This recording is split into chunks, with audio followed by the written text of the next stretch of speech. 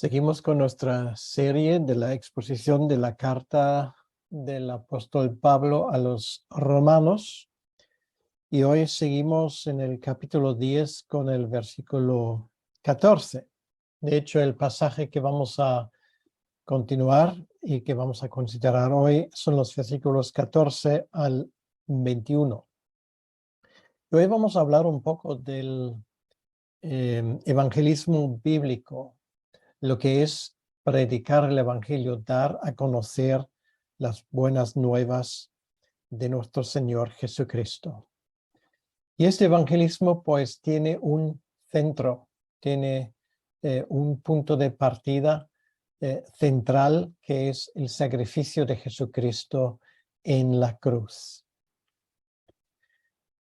Dentro de poco, los judíos van a terminar el año y empieza el año nuevo según el cálculo establecido por el Antiguo Testamento.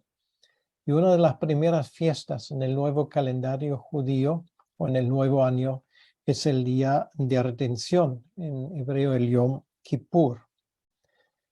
En ese día originalmente entró el sumo sacerdote en el lugar santísimo del santuario para efectuar la redención provisional del pueblo para todo el año.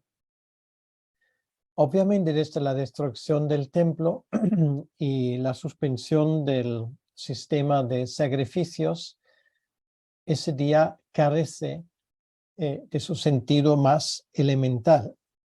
No hay templo y no hay sacrificio para los judíos desde hace más de 2000 años.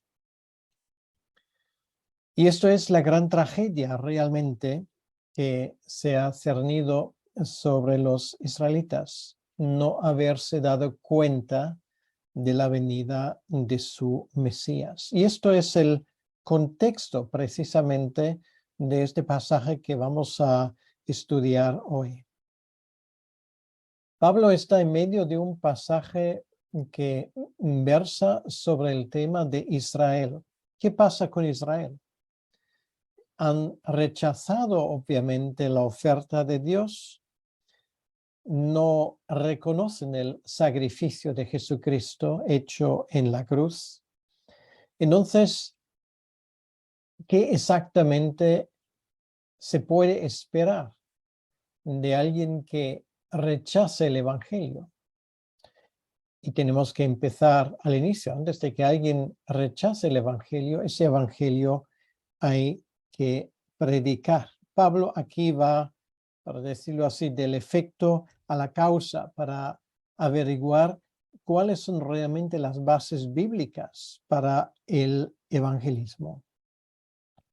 Y ahora vamos a leer el texto tal y como lo encontramos en Romanos capítulo 10, versículos 14 al 21. Romanos 10, 14 al 21. Dice lo siguiente. ¿Cómo pues invocarán a aquel en el cual no han creído? ¿Y cómo creerán en aquel de quien no han oído? ¿Y cómo oirán sin haber quien les predique? ¿Y cómo predicarán si no fueran enviados?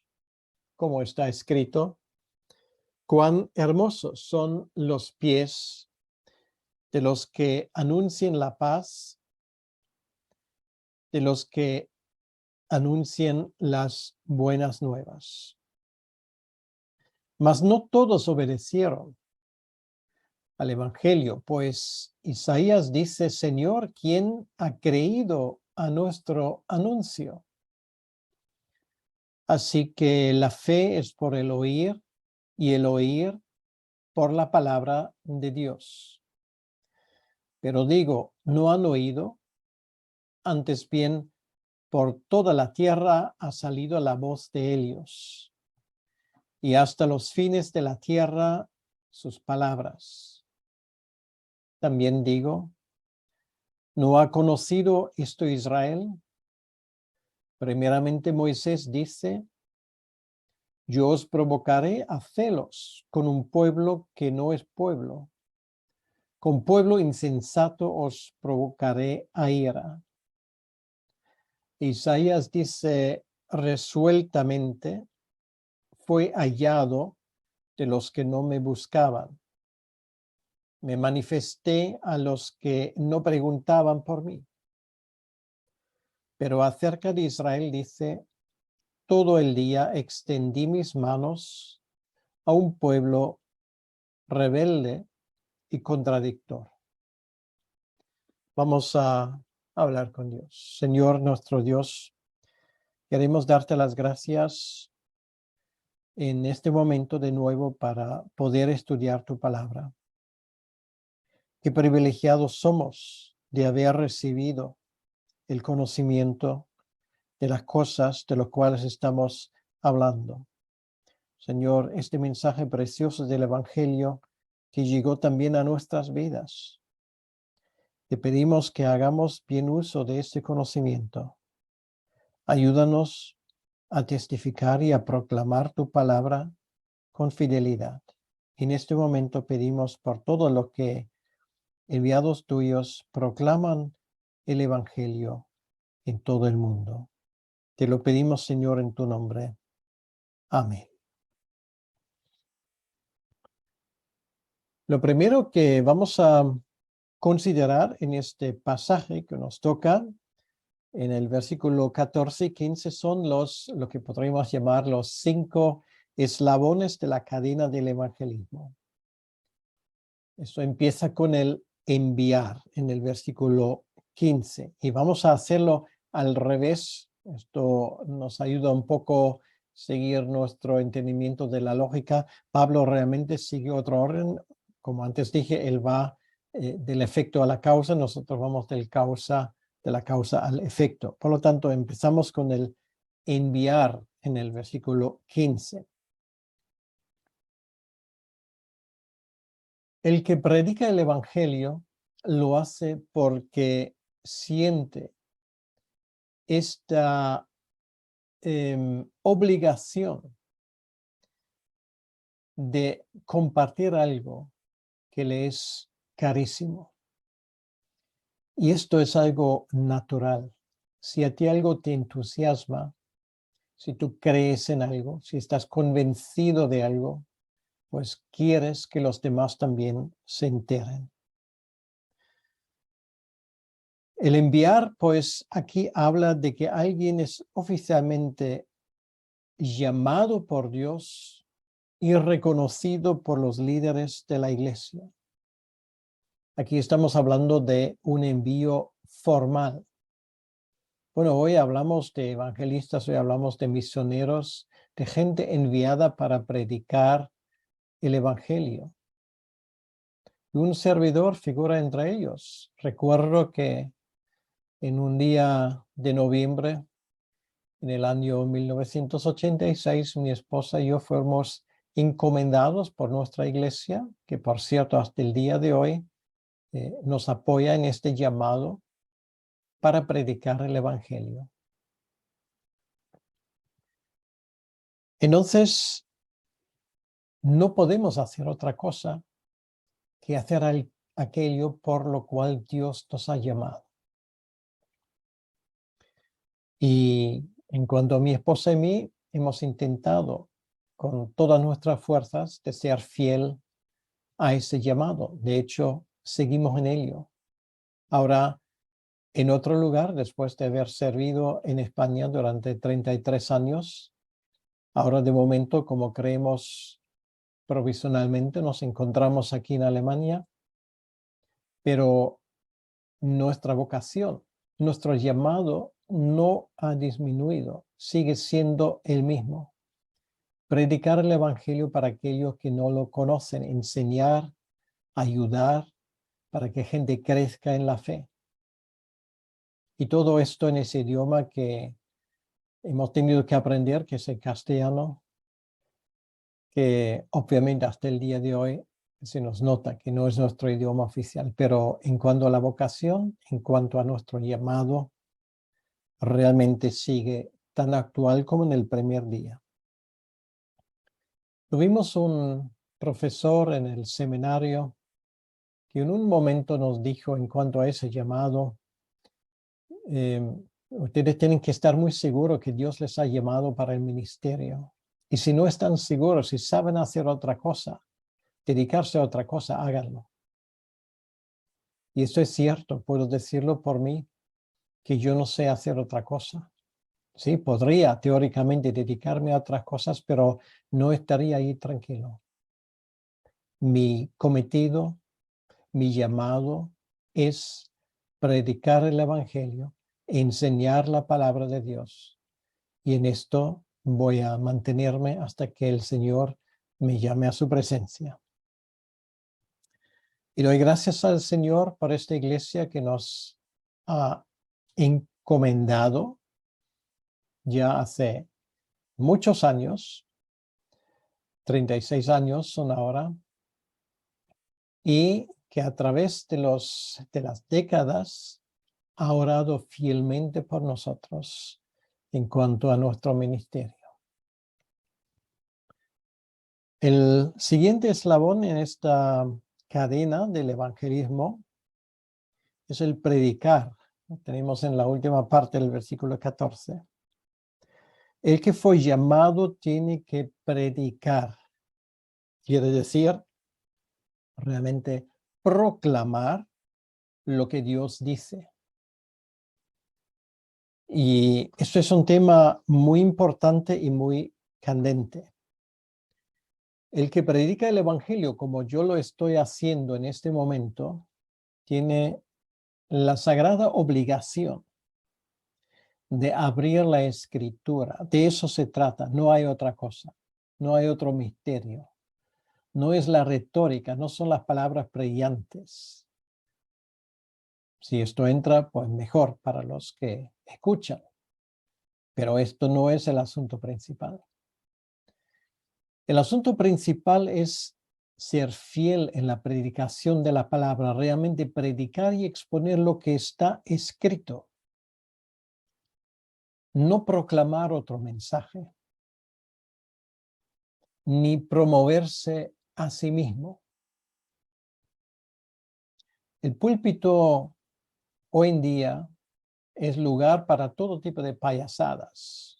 No vamos a engañarnos. Lo usa mucha gente para promoverse a sí mismo su peculiar visión de lo que ellos llaman evangelio. Entretienen a la gente más que les enseñan. Usan la Biblia de adorno para llevarlo en la mano muchas veces o tenerlo en el púlpito, pero apenas la mencionan.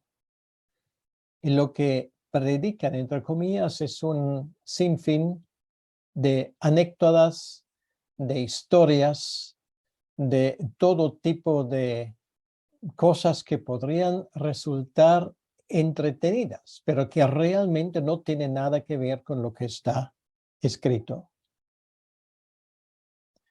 Quiere decir que el púlpito no es el lugar para entretener a la gente. Para eso pueden ir al estadio de fútbol, ver un show de televisión o dar un paseo, ir al zoológico o entretenerse de otra manera. Pero el púlpito no es ese lugar. Si tú vienes a escuchar una predicación, vienes con la intención de escuchar lo que dice la palabra de Dios.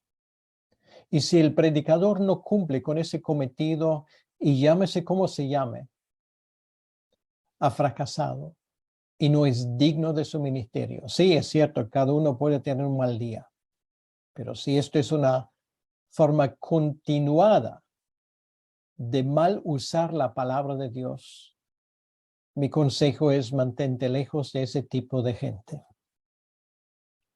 Pero no solamente esto, también es nuestro testimonio, no solamente lo que se diga de un púlpito, sino es nuestro testimonio. Nuestro testimonio informal cuando estemos juntos con otras personas, cuando tengamos la oportunidad que Dios nos brinde para dar un testimonio personal, hablar de lo que la fe significa para nosotros. Esto es muy importante y puedo preguntarte, ¿cuándo fue la última vez que has hablado a alguien que no era creyente de tu fe?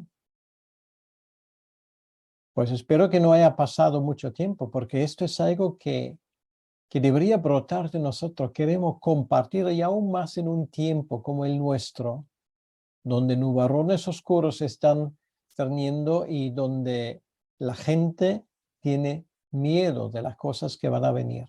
Necesitan escuchar un mensaje de esperanza y solamente tú y yo somos capaces de hablar de lo que Dios nos ha encomendado. El siguiente, el tercer eslabón, aún en el versículo 14, y no olvides que vamos del final al inicio, es el oír. Quiere decir después del enviar, después del predicar, ahora la gente tiene que oír, tiene que escuchar. Hay que llamar su atención con el mensaje. Y allí tenemos un problema porque muchas veces los profetas han hablado una nación sorda, a oídos sordos, a gente que no tenía ni el más mínimo interés de escuchar lo que Dios tenía que decirles. Por esto, nuestro predicar tiene que llamar la atención. Y la atención se llama cuando uno diga la verdad, sobre todo en tiempos donde la mentira se ha convertido en la verdad oficial, no solamente en lo espiritual, sino también en todas las demás cosas. Cuando tú hablas la verdad, cuando tú dices lo que es la voluntad de Dios, te puedo asegurar, mi querido hermano, mi querida hermana, que vas a tener la atención de la gente. Y si es que solamente están intentando decir lo contrario de lo que tú digas. Decir la verdad, y además la verdad divina en nuestros tiempos, es no solamente un acto de heroísmo, es un acto de absoluta necesidad, porque ese mundo está en tinieblas. No saben lo que es. Tienen que saber ciertas cosas. Tienen que saber, y esto es lo primero, de su estado real. Y por eso tenemos que hablar primeramente de Dios. ¿Quién es Dios? Dios no es el Papá Noel de tamaño XXL que mora en los cielos y que tiene que ser el garante de nuestra felicidad. El Dios bíblico, el Dios auténtico, real, es un Dios 3 veces santo, totalmente distinto. Es un Dios personal, un Dios que tiene voluntad, un Dios que además ha revelado su voluntad hacia nosotros. Es Él que pone las reglas de juego. Esas reglas de juego, llamado mandamientos, están en consonancia con su propia naturaleza. Y delante de ese Dios, todo el mundo tiene que callarse, todo el mundo es pecador. No es el Dios que yo me hago tipo bricolaje, pues cogiendo una cosa ahí, otra cosa por allá y juntándolo todo. El Dios bíblico, el Dios real, es un Dios distinto. Y delante de Él, a 1000 de sus preguntas no sabremos encontrar ni una respuesta. Pablo nos ha hablado de ese Dios soberano del capítulo 9, esas palabras que ofenden a mucha gente, que insultan su inteligencia, su supuesto libre albedrío y todas esas cosas. Nos creemos aún tan listos que Dios tiene que pedirnos permiso para entrar en nuestra vida. Esto es el evangelio antropocéntrico, el evangelio que parte de que el hombre, aunque sea pecador, sigue siendo aún soberano sobre muchas cosas. Y Pablo hace añicos de estas ideas. Nuestro Dios es distinto. Y por lo tanto, delante de Dios yo no tengo ningún tipo de derecho, ninguno. Todo lo que recibo de parte de Él es pura gracia.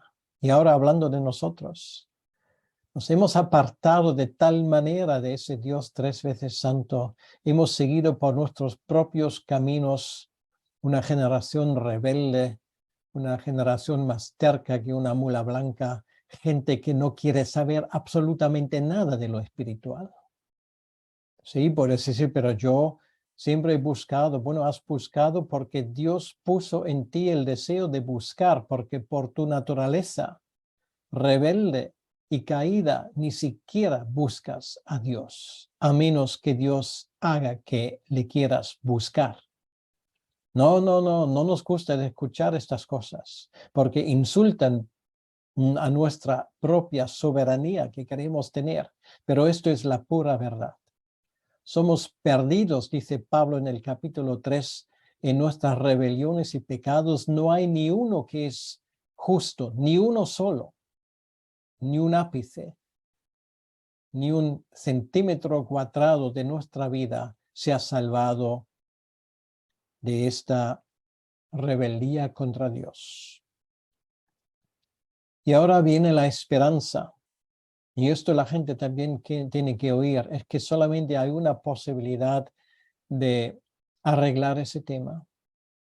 Y es por Jesucristo, el que vino para hacer un puente entre el Dios tres veces santo y nosotros, asumiendo la naturaleza humana, haciéndose hombre, sin dejar de ser Dios, viviendo una vida justa, según los mandamientos de Dios y finalmente entregando su vida en la cruz, muriendo por el pecado de este mundo. Esto es la obra salvadora y mediadora de nuestro Señor Jesucristo. Y de esas tres cosas tenemos que hablar. No de que Dios quiera que tú seas feliz. No, esto es un efecto colateral de la redención, pero no es el centro. No es que Dios quiera que tú tengas una vida plena. Bueno, esto es un efecto colateral. Lo que tú necesitas es salvación, porque si no vas rumbo al infierno. Y luego el siguiente eslabón, el número 4, también el versículo 14, es el creer. Pero antes de creer, la gente tiene que oír, como acabamos de escuchar. Tiene que tener un contenido en el cual confían. Necesitan ser informados para tomar una decisión inteligente. Primero la información, luego la decisión.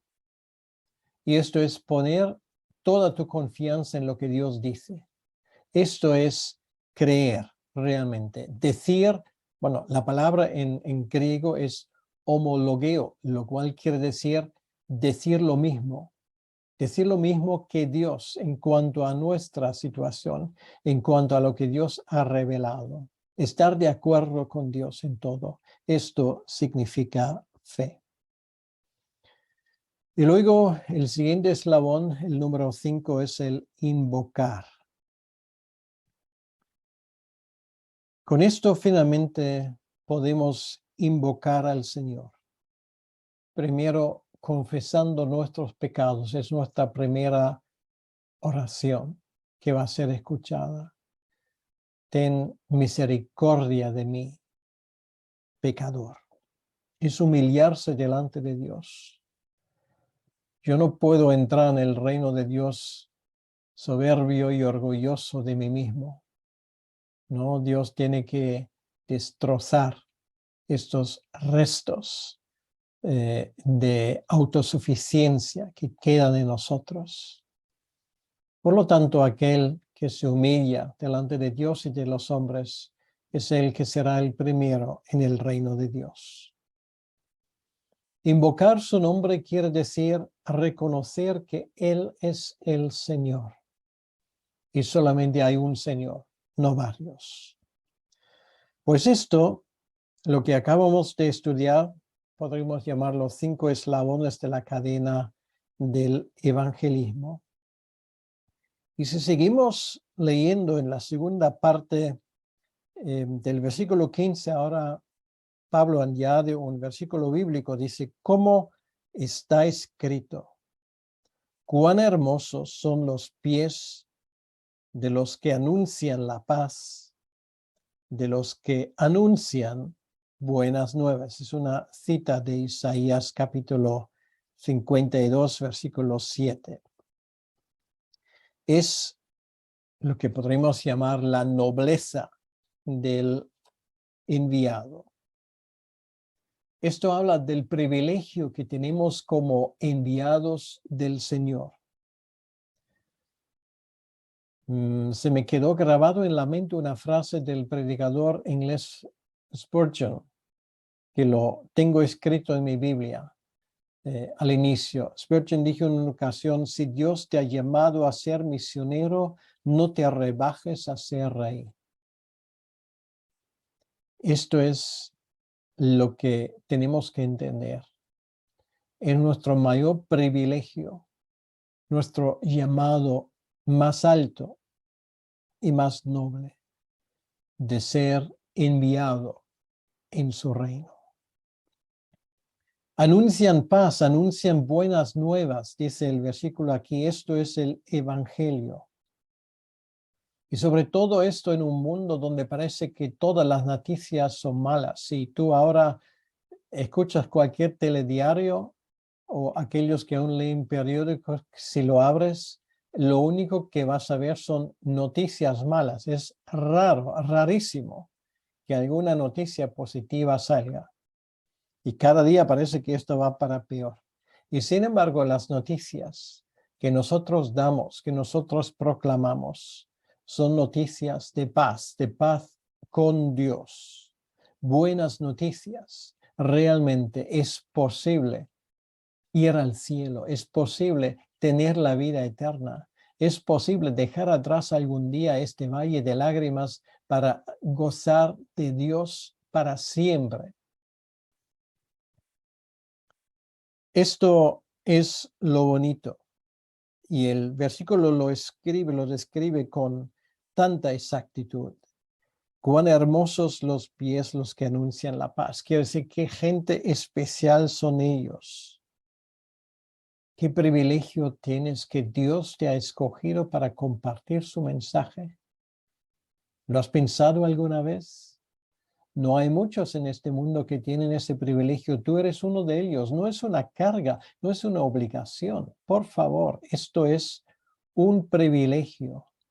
Poder dar estas buenas noticias. Mira a la gente a tu alrededor, que está cansada, que está trabajada, que está hasta la gorra de las cosas que le suceden en este mundo, de los engaños que sufren, de gente que se apodera de ellos, gente que abusa de ellos.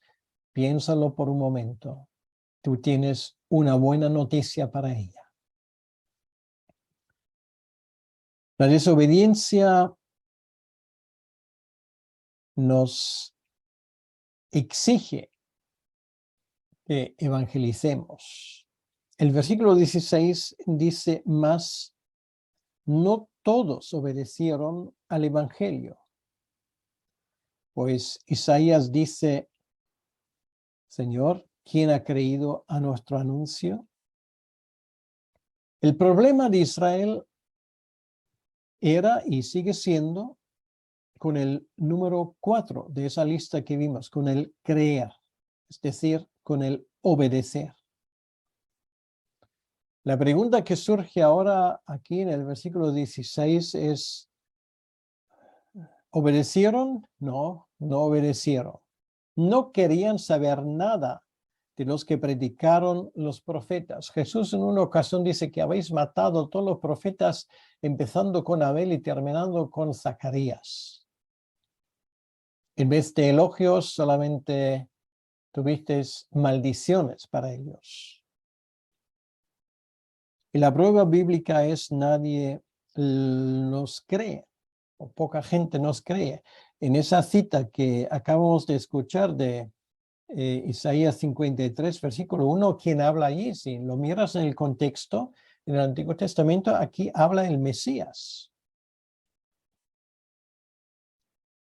Desde hace 750 años, Israel sabía esto, llegando a los tiempos de Jesús. Es cuando Isaías empezó a predicar. Y sin embargo, rechazaron al Mesías, no creyeron, no entendieron, no se enteraron. Delante de sus ojos, delante de sus narices, todo esto había ocurrido. Habían tenido profetas que continuamente les estaban hablando de parte de Dios. Pero sin embargo, y como colmo de la maldad, eran capaces de matar al mismo Mesías cuando llegó. Y lo mismo ocurre hasta el día de hoy. Sí, se ha dicho muchas veces y con todo el derecho del mundo, si Jesucristo hubiese venido en cualquier siglo posterior al siglo primero, le hubiesen matado igual. Y por supuesto, nosotros en el siglo XXI le mataríamos de la misma manera. Bueno, no crucificándole, pero le mataríamos de otra manera. ¿Quién nos cree? Y como no pueden matar al Mesías, pues matan a aquellos que son sus representantes. Esto es la razón por qué hay persecución en este mundo. No pueden matar al Mesías, ya lo han hecho. Pero pueden matar a aquellos que le representan, que hablan en su nombre. El mundo odia el Evangelio. El mundo odia al Mesías y odia este mensaje de esperanza. Tan profunda y tan perversa es la perdición de la naturaleza humana. ¿Quién nos cree? Pues se ríen de nosotros. A nadie le interesa el Evangelio. No es noticia. Y Isaías hace de esto una oración. Señor, ¿quién ha creído a nuestro anuncio? No muchos, pero algunos sí. Y esto es la buena noticia. Ahora, ¿por qué si el mundo está así de perdido, de obstinado en sus maneras de perderse, de buscarse su propia solución a las cosas, ¿por qué entonces hay algunos que creen? Pues Pablo lo explica en el versículo 17, así que la fe es por el oír y el oír por la palabra de Dios. Tenemos que orar por fe, pues Pablo aquí nos dice otra cosa, porque la fe tiene su origen en lo escuchado. Lo escuchado o por el oír o lo predicado es la misma cosa. En la palabra, en el original, es el mismo. Ahora mismo, en este momento, ¿escuchas lo que estoy diciendo? ¿Escuchas cuando se te enseña el Evangelio? Y si esto es así, pues el producto de este escuchar de las cosas que se predican es un aumento de la fe. Eso produce fe, ayuda a nuestra confianza en el Señor. Y es la razón porque el diablo nos quiere dormir. Quiere que nuestros pensamientos se vayan a otro sitio, que no nos concentremos, que no captemos el mensaje. Quiere que tengamos tapones en los oídos, que haya distracciones, que haya gente que nos interrumpa continuamente, que nos manden WhatsApp los 24 horas al día y de la noche, que no tengamos tiempo ni para pensar. Lo escuchado, el mensaje, lo oído, tiene su base en la palabra, dice el versículo 17. Pero no puede ser cualquier cosa que se oye. Lo que se oye tiene que venir de la palabra de Dios.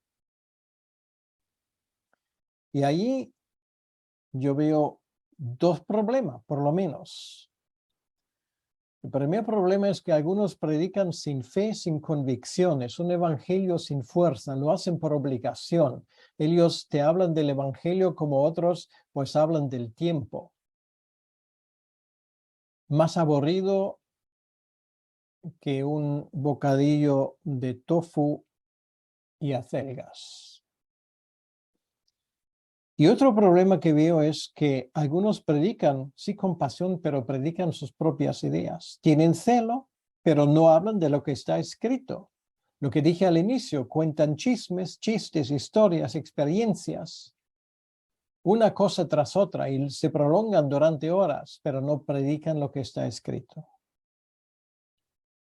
Lo que tenemos que predicar, lo que yo debo de predicar, y quiera Dios que lo haga, tiene que ser aquello que viene de la Biblia, así de sencillo, y solo de la Biblia. Y donde ocurre esto de una forma milagrosa, porque esto es obra divina, se produce fe auténtica, no una fe imitada. No se puede tener comunión con Cristo aparte de lo que está escrito. La fe es por el oír, y el oír por la palabra de Dios. En la Biblia encontramos todas esas verdades que son tan esenciales para nosotros. Si tú lees los evangelios, te ves que estás con los pastores en el nacimiento del amado Mesías. Le puedes observar en sus tentaciones. Andas con él en el mismo barco por el mar de Galilea. Escuchas su voz hablando en el sermón del monte. Le ves finalmente en la cruz. Y finalmente ves la tumba vacía y escuchas sus palabras: id a todo el mundo y predicad el evangelio a toda criatura, y finalmente estaré con vosotros todos los días. Esto es la predicación del evangelio que produce fe. Y esa fe viene por lo oído, viene por la palabra. Aquí tenemos el ejemplo en el libro de los Hechos, capítulo 8, versículo 26 al 39, el ministro de la reina de Etiopía que va de visita a Jerusalén. Estaba en el templo, pero no entiende nada. Tiene un rollo del profeta Isaías que le habrá costado una fortuna y no entiende nada. Y viene Felipe y Felipe le pregunta: oye, ¿tú entiendes lo que estás leyendo? Y el hombre le responde: no entiendo nada. Explícamelo. Y Felipe se sube al carro, se lo explica. Y ese hombre llega al conocimiento de la fe, se bautiza e invoca el nombre del Señor. Es un milagro, pero esto viene de la explicación de la palabra de Dios. El versículo 18 habla luego de la universalidad de esta proclamación del Evangelio, cuando dice: pero digo, no han oído, antes bien, por toda la tierra ha salido la voz de ellos, y hasta los fines de la tierra sus palabras. La pregunta, en otras palabras, es: pero no todos podían escuchar, ¿verdad? Alguien podría decir: bien, tal vez no lo escucharon bien, tal vez esto no quedaba muy claro. La palabra o la respuesta de Pablo es tajante. Por toda la tierra ha salido la voz de ellos, y hasta los fines de la tierra sus palabras. Desde los tiempos de David, el autor de ese salmo, del cual cita Pablo aquí, se dice que la revelación divina ha alcanzado a todo el mundo. Pablo habla de eso en el capítulo 1. No es que la gente no sabía, sí sabía desde el momento de la creación y después. Había algo como un conocimiento antiguo que la gente sistemáticamente ha apartado, pero no es que no lo sabían perfectamente, sino lo suprimieron. Entonces, Israel no sabía, versículo 19, Primeramente Moisés dice, yo os provocaré a celos con un pueblo que no es pueblo, con pueblo insensato os provocaré a ira. Insiste el invisible oponente a Pablo aquí. Tiene que haber habido un error. Seguro que no lo sabías, ¿verdad, Pablo? ¿Qué me dices? La prueba bíblica de nuevo, Dios usa otros pueblos, los ha usado en los tiempos del Antiguo, en los tiempos del Nuevo Testamento para que Israel entienda. Dios se ha revelado. Estaba todo escrito. La revelación del Mesías, el tiempo cuando Él iba a venir, la salvación que no es por la ley, sino por la fe en Él, etcétera, etcétera, etcétera. Pero no había respuesta. Dios se lo dijo de mil maneras. De todos modos, no era su rechazo por no saber. Simplemente no querían escuchar. Lo mismo ocurrió hoy. Vivimos en un tiempo donde hay Biblias por doquier y si no tienes una de papel y letras, pues puedes bajarlo en un momento en tu teléfono celular. Y esto lo puedes hacer en miles de idiomas. Hasta las Biblias católicas contienen las mismas verdades que las Biblias protestantes. ¿Qué contienen? Pues contienen el mensaje de la salvación, la única salvación en Jesucristo. No es que la gente no puede saberlo, es que la gente no quiere saberlo. Aquí en ese contexto, Dios usó a los gentiles para avergonzar a los judíos. Y Dios ahora, a mí me parece, avergüenza a los países que desde hace tiempo tienen Biblia, tienen conocimiento, con otras personas que vienen de otros sitios que saben más que nosotros. El centro de la gravedad de la fe cristiana se ha trasladado de los países así llamados occidentales, en Europa y Norteamérica, a países que no eran países de la Reforma, que están en África, en Latinoamérica, en Asia. Allí escuchan, allí se predica y allí se responde.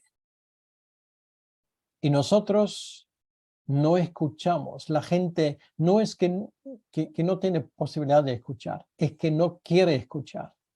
Prefiere escuchar a charlatanes, a falsos profetas y a gente que les lleva al huerto antes de escuchar lo que Dios tiene que decirle. Y ahora Pablo termina con dos textos del profeta Isaías.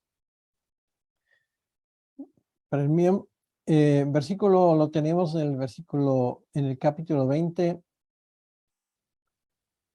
Fui hallado de los que no me buscaban. Manifesté a los que no preguntaban por mí. Es una manera increíble de formular ese tema. Hay gente que encontraba a Dios que ni siquiera le buscaba.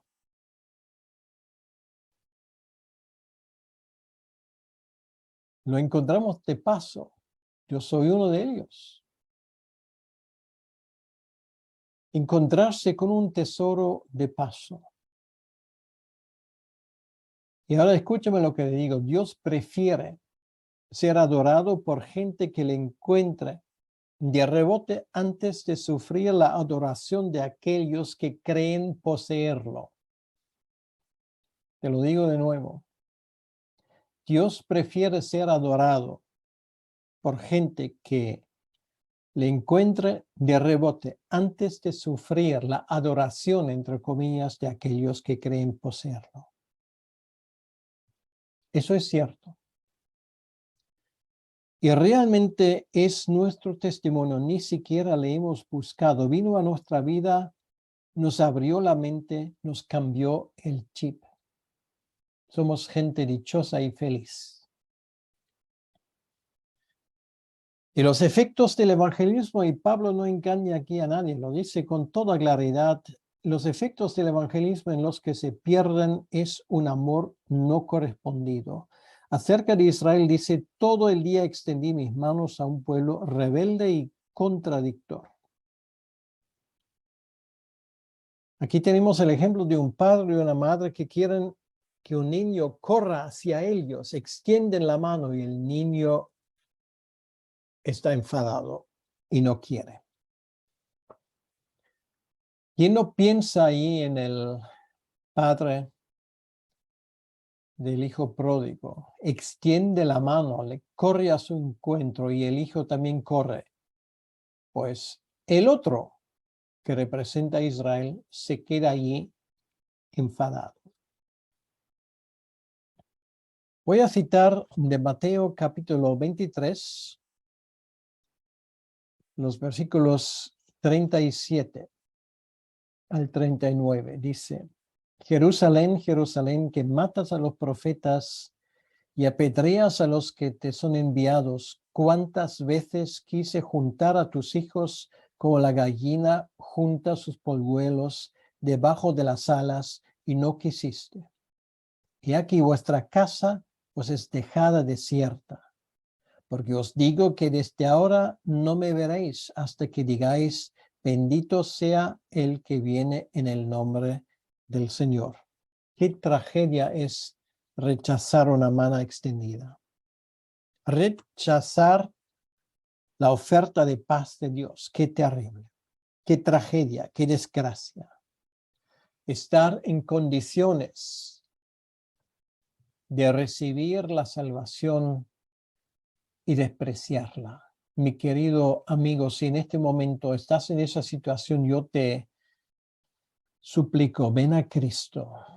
No dejes pasar esa oportunidad y aunque no le hayas buscado, hoy es el momento a que te encuentres con tu Dios.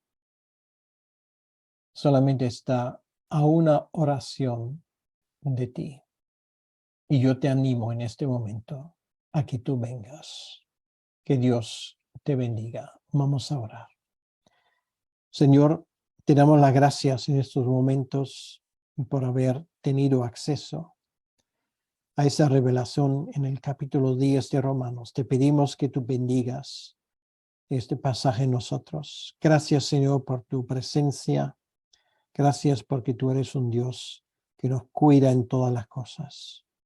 Te pedimos que tú bendigas esa palabra predicada en todos los que la van a escuchar para tu honra y para tu gloria. Y donde tú quieras, Señor, salva a aquel que está perdido. Te lo pedimos en tu nombre.